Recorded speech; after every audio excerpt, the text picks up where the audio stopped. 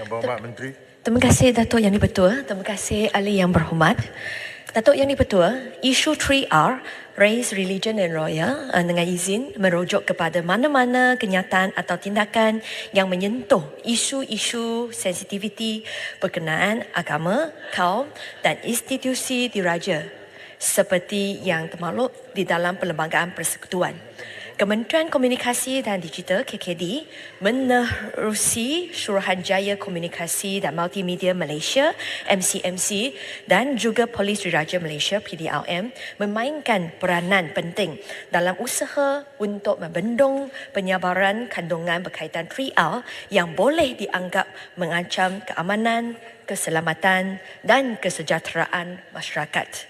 Pemantauan isu 3R juga dilaksanakan 24 jam bagi menggena pasti sebarang kandungan yang bercanggah dengan Akta Komunikasi dan Multimedia 1998, Akta 588. Tindakan penguatkuasaan akan diambil sekiranya terdapat kandungan yang menyalahi undang-undang dengan menjalankan siasatan di bawah Seksyen 233 Akta 588. PDRM juga mengambil tindakan penguatkuasaan terhadap kandungan 3R dengan membuka kertas siasatan di bawah Kandung Kesesakan Akta 574, Akta Hasutan 1948, Akta 15 dan Seksyen 233 Akta 588.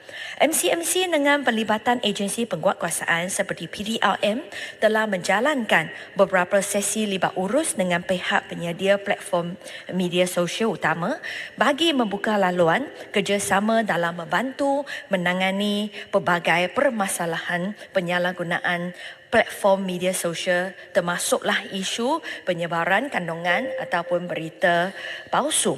Sesi libat urus ini akan dilaksanakan secara berterusan bagi memperkukuhkan dan menambah baik kerjasama yang telah terjalin dalam usaha menggekang penyebaran kandungan yang melanggar undang-undang negara. Selain daripada penguatkuasaan undang-undang, MCMC juga mengambil tindakan berdasarkan aduan daripada masyarakat awam berkenaan berita palsu yang disebarkan di platform media sosial. Tindakan penurunan kandungan disusuri olehlah MCMC dengan kerjasama platform media sosial sepertilah TikTok, Facebook, Instagram, X dan YouTube. Bermula dari 1 Januari tahun ini sehingga 31 Oktober 2023, sebanyak 3,752 kandungan telah diturunkan oleh platform media sosial yang berkaitan penyebaran berita palsu dan ucapan kebencian yang bersifat 3R di bawah Seksyen 233 Akta 588.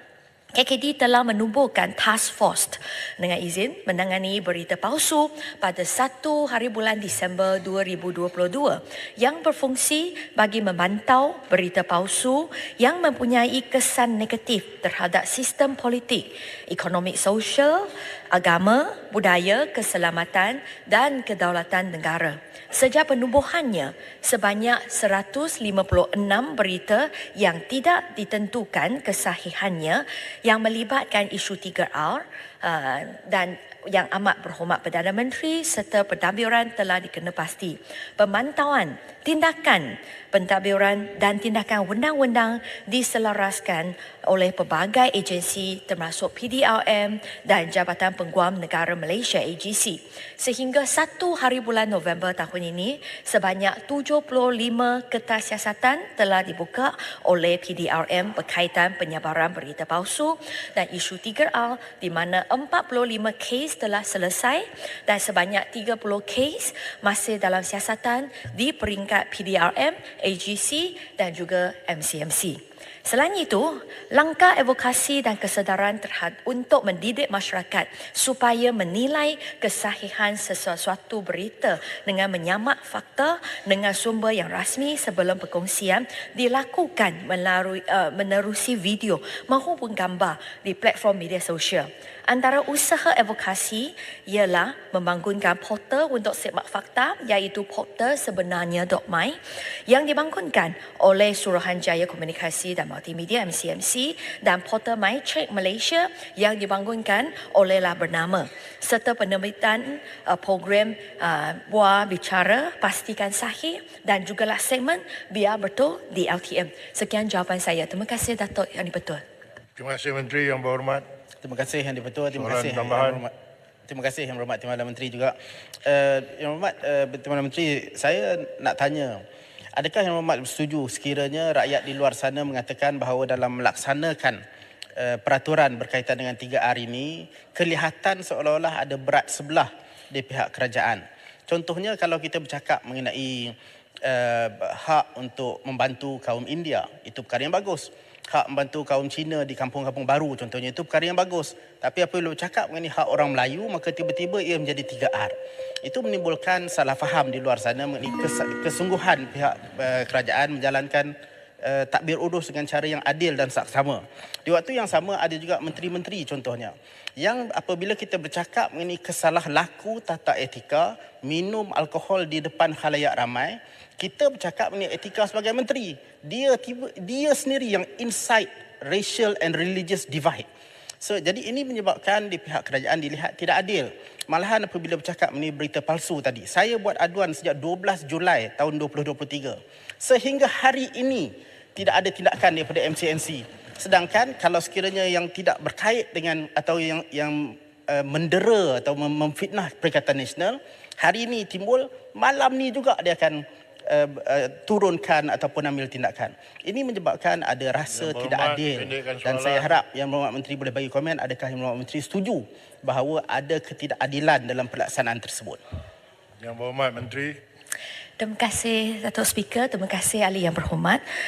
Saya kurang setuju dan tidak dapat setuju denganlah kenyataan Yang Berhormat kerana saya percaya bahawa apabila kita turunkan kandungan yang posting di social media itu, kebanyakan kes tersebut, kalau saya kongsi dengan Yang Berhormat, saya percaya bahawa ahli-ahli Yang Berhormat yang duduk di sebelah sana juga akan setuju denganlah tindakan yang telah diambil olehlah PDRM ataupun MCMC. Kalau Yang Berhormat menyatakan bahawa kalau kritikan ataupun tuduhan palsu terhadap yang sebelah sini akanlah diturunkan serta-merta, saya nak tanya, ucapan daripada ahli parlimen kepala batas itu sampai hari ini masih di YouTube, masih lagi di social media. Kita tak padankan. Tetapi sampai hari ini beliau masih tidak dapat untuklah Yang Berhormat di korum. Yang Berhormat Arau duduk. Yang Berhormat Menteri pendekkan jawapan. Jadi saya rasa tuduhan yang dibuat olehlah Yang Berhormat tadi, saya rasa kurang adil kerana tak ada bukti yang menyatakan bahawa sekarang dalam media sosial tak bolehlah kita nampak sebarang kritikan terhadap kerajaan perpaduan. Kalau Yang Berhormat rasa bahawa sebagai seorang non-Muslim, bukan Muslim, minum arak telahlah melanggar tata etika, saya rasa KSN kita akanlah bagilah nasihat kepada menteri yang berkaitan. Tetapi sekiranya tak ada, mungkinlah Yang Berhormat boleh bantulah saya. Mana bahagian dalam tata etika yang menyatakan bahawa sebagai seorang menteri ataupun timbalan menteri, walaupun kami bukan beragama Islam, kami langsung tidak boleh meminum arak. Sekian sahaja jawapan saya. Soalan tambahan. Yang Berhormat Keluang. Terima kasih Timbalan Tuan Yang Dipertua. Soalan tambahan saya kepada Timbalan Menteri, apa langkah kementerian boleh lakukan lagi memandangkan isu 3R dan berita palsu, khasnya berita palsu yang berkaitan dengan isu 3R, kadang-kala dibangkitkan oleh ahli-ahli Yang Berhormat sendiri, oleh pemimpin masyarakat sendiri. Jadi misalnya tadi Yang Berhormat pun bangkitkan isu Yang Berhormat Kepala Batas yang sebar berita palsu terus terang di luar sana untuk seolah-olah seolang-olangnya berita palsu itu adalah benar sehingga dia sendiri percaya itu yang benar. Sehingga tahap ni, jadi saya minta pandangan Timbalan Menteri bagaimana boleh kita meningkatkan kesedaran ataupun celik media, celik digital ataupun literasi media antara semua wakil rakyat supaya tiada orang lagi sebar berita palsu ataupun disinformasi untuk menipu rakyat Malaysia. Terima kasih. Yang Berhormat Menteri. Terima kasih Ahli Yang Berhormat kerana ataslah soalan tambahan tersebut. Itu memang adalah satu cabaran yang cukup besar untuklah sesebuah kerajaan. Bukan sahaja kerajaan Malaysia tetapi saya percaya untuk kerajaan-kerajaan di negara yang lain. Kalau seseoranglah ahli yang berhormat, sebab kita lah sepatutlah menjadilah teladan sebagailah seorang pemimpin. Kami pun tak pandai untuklah semak fakta. Dan kita pun sendirilah percayalah berita palsu. Bagaimana dengan orang yang di luar sana yang kita mempunyai begitu ramai pengguna media sosial. Sebenarnya usaha untuk mendidik masyarakat memang ada. Memang ada. Sepertilah di bawah MCMC. Kami ada program Klik dengan Bijak dan telah dijalan sejak tahun 2022. Mungkinlah saya perlu sesilah satu MCMC perlulah sedia satu sesi dan menjemputlah semua ahli-ahli parlimen termasuklah ahli parlimen kepala batas untuklah menghadiri sesi tersebut supaya kami sebagailah pemimpin di sini kita perlulah tunjuk bahawa sebelum kita menyebar apa-apa berita biarlah kita buat semakan terlebih dahulu. Ingatlah ini tagline, tidak pasti jangan kongsi. Ini adalah tanggungjawab seseorang ahli parlimen dan juga seorang rakyat ataupun netizen yang bertanggungjawab. Terima kasih. Terima kasih Timbalan Yang Menteri. betul peraturan mesyuarat 36.6 mengenai menimbulkan sangkaan jahat. Tadi Yang Berhormat Timbalan Menteri dalam menjawab soalan saya mengatakan bahawa imply seolah-olah saya mengatakan orang bukan Islam tak boleh minum arak. Komen saya bukan mengenai itu. Saya bercakap mengenai seorang pemimpin yang sepatutnya menunjukkan contoh yang baik dan tidak menimbulkan akhlak-akhlak yang buruk di luar sana apabila disaksikan oleh rakyat. Saya tak sebut langsung mengenai hak orang bukan Islam minum arak. Jadi komen Yang Berhormat Menteri seolah-olah mengatakan saya itulah kenyataan saya. Saya mohon Yang Berhormat Menteri tarik balik itu. Pandangan saya adalah macam ni, Yang Berhormat. Adakah anda rasa, adakah Yang Berhormat rasa bahawa seseorang ahli parlimen ataupun Yang Berhormat Menteri, duduk kejap. Biar saya selesaikan ni. Baik. Yang Berhormat Tasik Kelugu, aspek yang telah dibangkitkan di bawah 36.6 tu, saya sarankan usulkan. Saya nak meneruskan atau kepada majlis. Baik. Terima kasih Yang Betul. Saya nak bagi sedikit penjelasan Datuk Ketua. Berhormat. Saya nak tanya ahli yang berhormat, sama ada seorang non-Muslim minum arak adalah tindak laku yang buruk.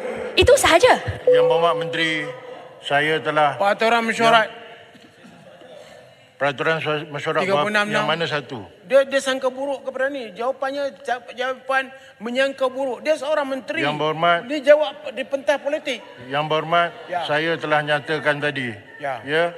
Mana-mana Yang Berhormat tidak berpuas hati dengan apa yang telah dinyatakan oleh mana-mana wakil rakyat, saya telah putuskan masa saya putuskan tempoh hari. Usulkan. Terima kasih. Dan Ini keputusan yang bagus. perkara yang paling mustahak dalam 36.6 tu, frasa yang dinyatakan